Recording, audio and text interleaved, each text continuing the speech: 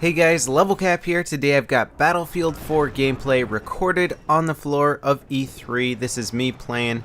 Right now I am in the armored transport vehicle for the US. I was actually having a lot of success using these armored transport vehicles at E3. They take quite a few RPGs to take down, and as long as you keep your eyes out for people with C4, you can usually mop up quite a few infantry kills.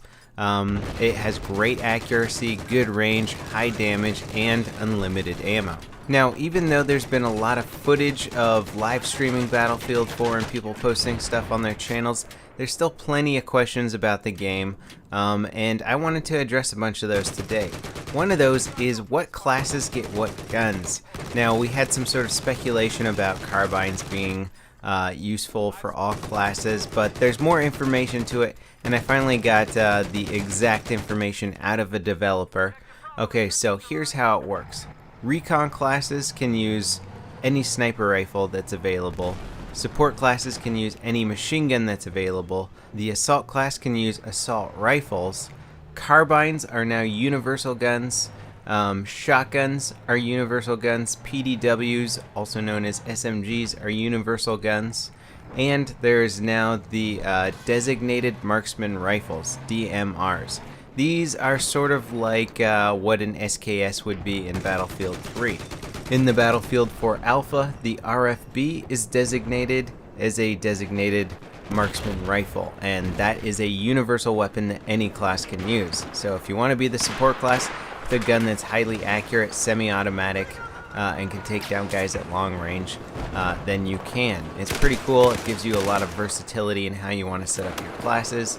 Other weapons that we might find being classified as DMRs would be the M14, the FN-FAL, the AR-10, and the G3A3. Those could all be DMRs and universal weapons. So it remains to be seen how Battlefield 4 is going to classify the new guns, but I think we're going to have a lot of customization and versatility with the classes. Other things that have been basically scrutinized and analyzed from the alpha footage of Battlefield 4 have been losing the ammunition that's left over in your magazine when you reload.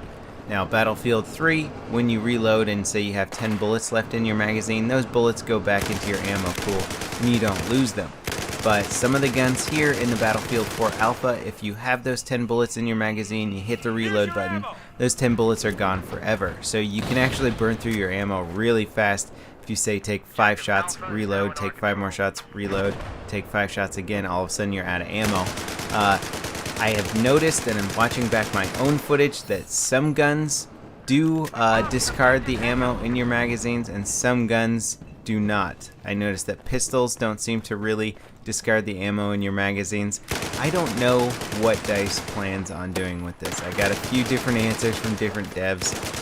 Frankly, I think they're probably not decided on which direction they want to go with the whole reload situation. You'll notice here that my AK-5C has a kind of cool looking blue camo on there. There's a whole list of camos that you can apply to any gun.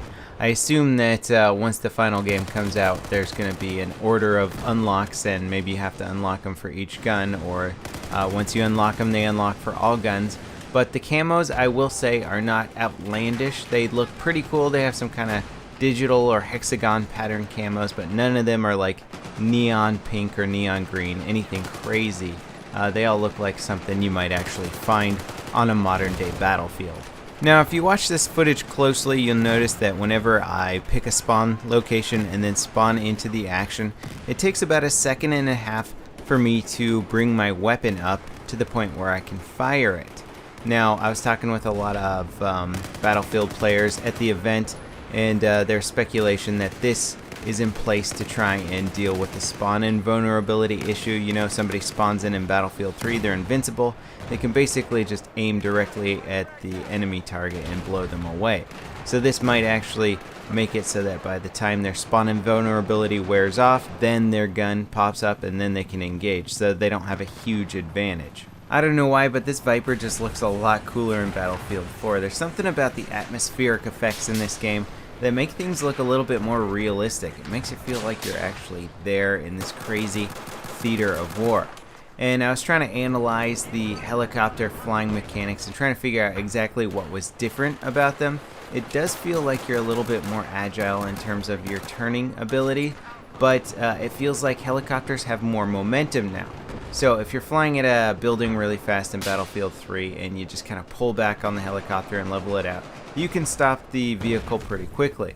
Battlefield 4, you seem to carry your momentum quite a bit further, so you would probably smash into that skyscraper.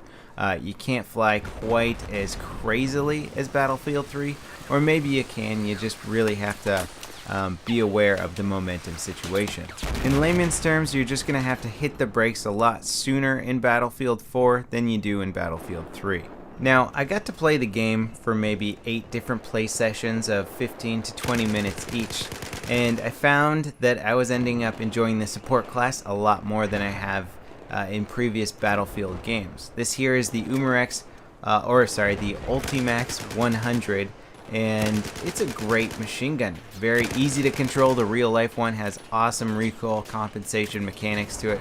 Got a vertical foregrip on here if I need more accurate hip fire or moving fire.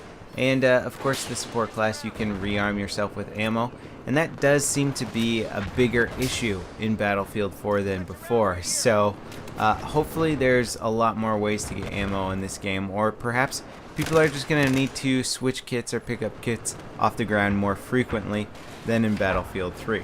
Of course, there are some ways of getting more ammo, like upgrading your squad perks and that sort of thing.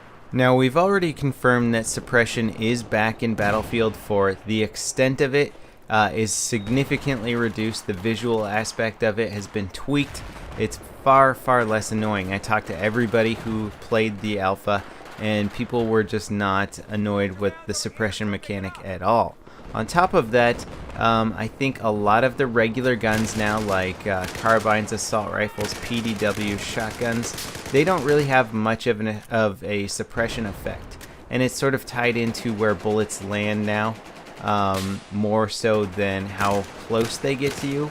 However, guns like light machine guns and sniper rifles will suppress you if the bullets pass near your head. So light machine guns and sniper rifles have better suppressing effects than the other weapons. This makes classes, again like the support class, much more effective as anti-infantry classes and for laying down supporting fire. So that's it for the news tidbit today. I got a lot more information, a lot more data that I kind of need to analyze and go over.